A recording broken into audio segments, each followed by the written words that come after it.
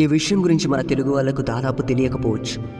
పూర్వం శ్రీశైలం ప్రాంతంలోని బ్రహ్మగిరి సమీపంలో ఒక మహాశివభక్తుడైన శిల్పి ఉండేవాడు. ఆయన ఒకసారి మల్లికార్జున స్వామిని సేవించడానికి శ్రీశైలం వచ్చాడు. అలా స్వామిని పూజించి ఇంటికి చేరిన శిల్పి సదా ఆలయాన్ని గురించి ఆలోచించడం ప్రారంభించాడు. తన శిల్పకళా నైపుణ్యంతో శ్రీశైల ఆలయ ప్రాంగణంలోనూ బయట కూడా మహత్తరమైన నందులను నెలకొల్పాలని అనుకున్నాడు. ఉత్సాహంతో పని ప్రారంభించాడు.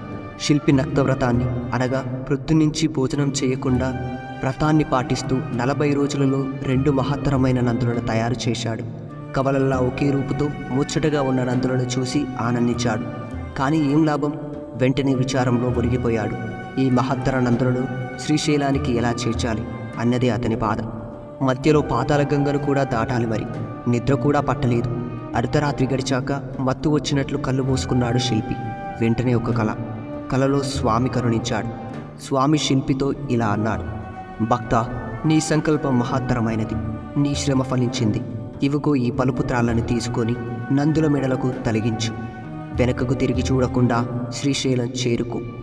వెంటనే కళ్ళు తెరిచాడు శిల్పి. ఎదురుగా పలుపు త్రాళ్ళు కనిపించాయి. సంతోషంతో ఉక్కిరి బిక్కిరి అయ్యాడు. వెంటనే త్రాళ్లను నందుల మెడలకు తగిలించాడు. త్రాళ్లను చేతపట్టి శ్రీశైలానికి బయలుదేరాడు. తెల్లవారుజామున పాతాళ గంగను చేరుకున్నాడు. అలాగే కృష్ణానదిని దాటసాగాడు. నీటిలో కొంత దూరం వెళ్ళాడు. 2వ ఒడ్డుకు చేరబోతున్నాడు. ఒక నంది అతని ముందున్నది, ఇంకొకటి వెనక వస్తున్నది. వెనక వస్తున్న నంది కాలు నీళ్లలోనే రాళ్ల మధ్య ఇరుక్కొని పోయింది. అది రావడం మానేసింది. కంగారుగా నంది ఎందుకు కదలడం లేదని కొంచెం పక్కకు తిరిగి చూశాడు శిల్పి. అంతే, కాలు పైకి లాక్కుంటున్న నంది చైతన్యం కోల్పోయి మళ్ళీ శిలగా మారిపోయింది. శిల్పి చేసేదేమీ లేక దానిని అక్కడే వదిలి ఒకే నందితో శ్రీశైలం చేరాడు. ఇప్పుడు శ్రీశైలంలో ఉన్న నంది ఆ శిల్పి చేసిన నంది అని చెప్తారు. ఇదంతా కర్ణాకర్ణిగా వినపడుతున్న గాథ.